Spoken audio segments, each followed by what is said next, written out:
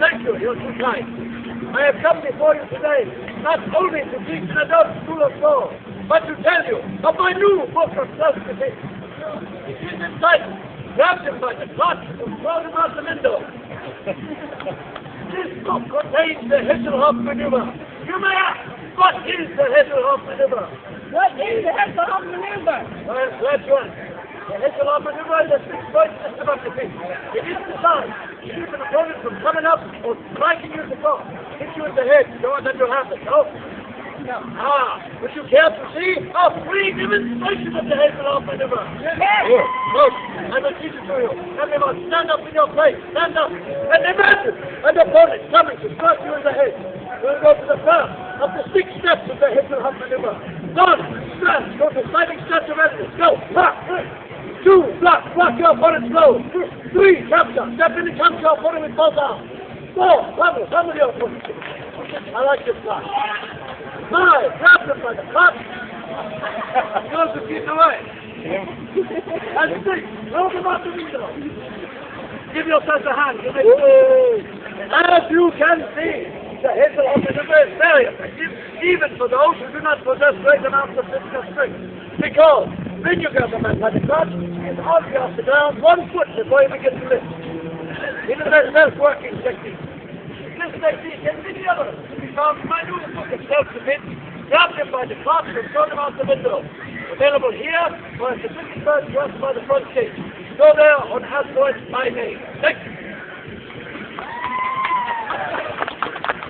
Oh, now, welcome to the adult school of soul.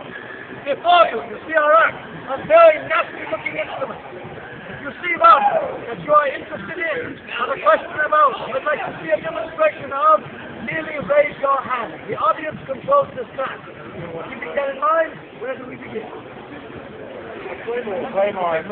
The Claymore. No, it is very nice. You said the big great sword, you said great sword or Claymore. It is very nice to hear correct terms used. Most oftentimes in my show, someone in the back shouts out, I want to see the big one. And while it is marvelously disturbing, I carry on. So, the correct name of the big one is the two-handed sword. Now, most people upon seeing a weapon of this size believe it is used like a giant broadsword. That in battle, you would rush into your opponent and, cutting them down with blows, right and left, rah! But doing so would wear you out quickly, use up all your strength. If you're catching your breath on the battlefield, they'll run up and pierce you and turtle organs. No fun. Now, it is a common misconception that it is used with both hands below the guard. The only time you would use it as so is if someone was coming at you with a spear or other pole weapon, such as a helmet or a poleaxe. Now, the first idea, when the blow comes in, 1, get the hell out of the way. To avoid the blow, using the full weight of your blade, you slam it down upon their weapon, trying to break the head of it or cut the head of it off. Then, you would go to the 3rd grip and come in to kill the man. From the 3rd grip, you can cut from a man's head to his toe very quickly. You can block your entire body by passing in front of you and come back instantly for a counter-attack. And the reach is very nice. Now, the 3rd grip of which I speak is known as the ricasso. It is an unsharpened part of the blade. Many swords have ricasso, but this one is merely elongated to fit the size of a man's hand. And the lugs upon the sides of the blade are known as carrying guards. They are there as a miniature version of the cross guard below. Now, it protects your fingers from blades sliding down. Because if your fingers are against a piece of metal and another piece of metal hits them, they tend to shoot off like the bottle rocket. So, some people also mistakenly call these blade breakers. That is what I like to call crap. It is not there to break blades, merely to keep your fingers upon your hand. Now, the two-handed sword was not a weapon you would give just to anybody. You wouldn't say, hey you, Joe Farmer, here's your two-handed sword, the battle's that way, good luck. No. The two-handed swordsman was a trained specialist. He had gone to schools dedicated to the fencing of the two-handed sword or studied directly under a master of the two-handed sword. Now, let us see here. What is your name, sir? Huh? David? Your name is David? Thank you for volunteering, David. Come. Everyone say hello, David. Hello, me too, David. Come, don't be a pacifist. Oh, it's okay. What about you? What's your name? Huh? Kevin?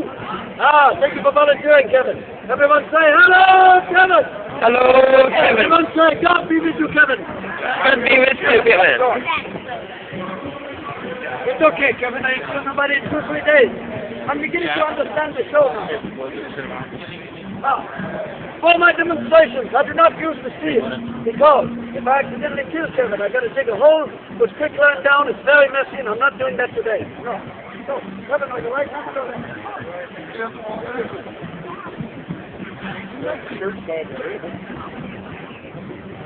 Wearing a shirt that's biodegradable?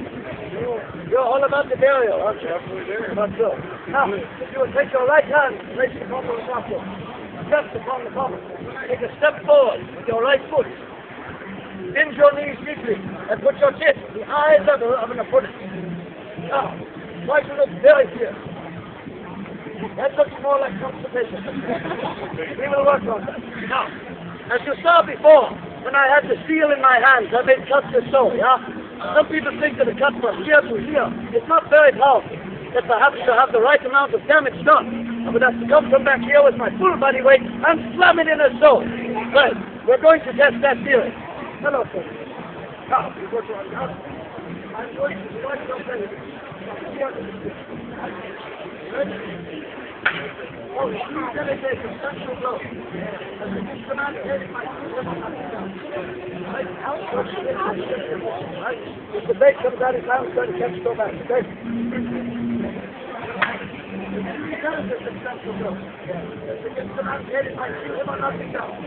Ah, you hear from the horse's mouth.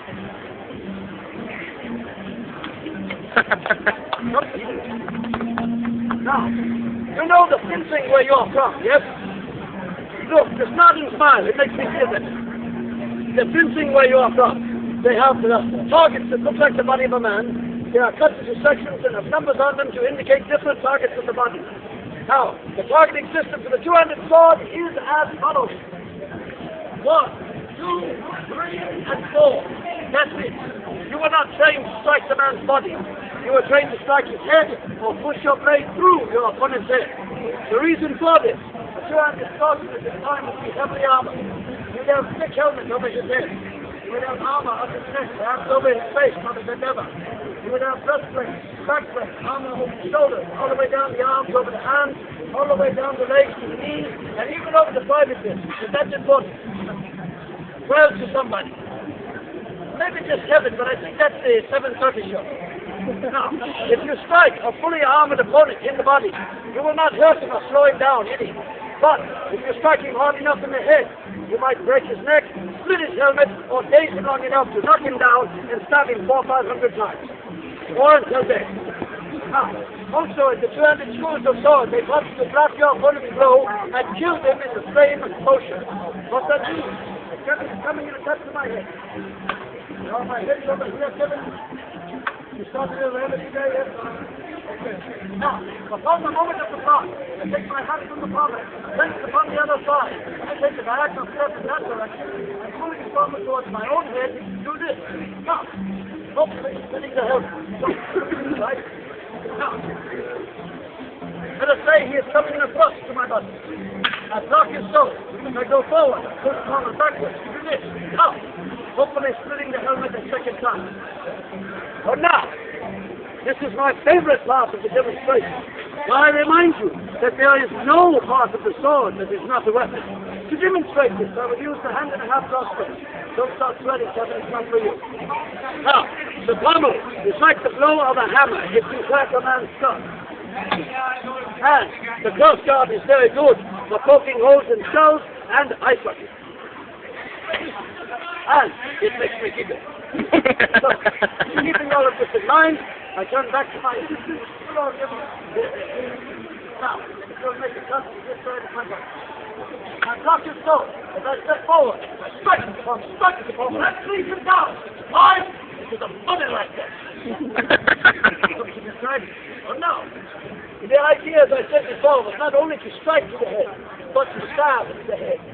Now, some people would think that fighting an armored opponent, keeping in mind that only this much of his face is showing, or in the case of a bison helmet, a slit about that big, that it would be very difficult to target such a small area with such a large weapon in a combat situation. But not so much, because of the price.